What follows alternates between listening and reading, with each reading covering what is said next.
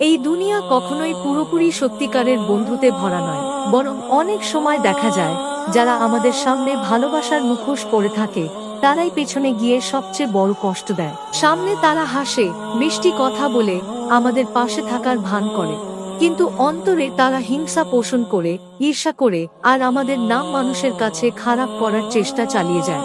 প্রিয় ভাই বোন, হতাশ হয়ো না। মানুষের মিথ্যা হাসি ও দোষারোপ তোমার আসল পরিচয়কে বদলে দিতে পারবে না। কারণ মানুষ যতই তোমাকে বদনাম করুক, আল্লাহ চাইলে সেই বদনাম তোমার জন্য ইজ্জতের রূপ নেবে। আল্লাহই একমাত্র মালিক, যিনি মানুষের হৃদয়ে সম্মান বা অপমান ঢুকিয়ে দেন। তাই যারা তোমার সুনাম নষ্ট করার চেষ্টা করে, তাদের পরিকল্পনা একদিন তাদের নিজেদের ঘাড়েই ফিরে আসবে।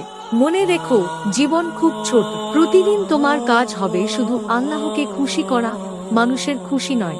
যদি তুমি মানুষের খুশি খুঁজতে থাকো, তবে সব সময় কষ্ট পাবে। কারণ মানুষ কখনোই সবাইকে খুশি করতে পারে না। কিন্তু যদি আল্লাহকে খুশি করার চেষ্টা করো, তবে দুনিয়া ও আখিরাত দুটোই তোমার জন্য সহজ হয়ে যাবে।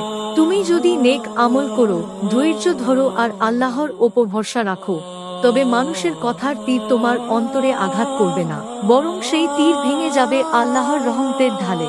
তাই সব সময় দোয়া করো, হে আল্লাহ, আমাকে রক্ষা করুন তাদের হাত থেকে, যারা সামনে বন্ধু সাজে কিন্তু পেছনে আমার ক্ষতি চায়।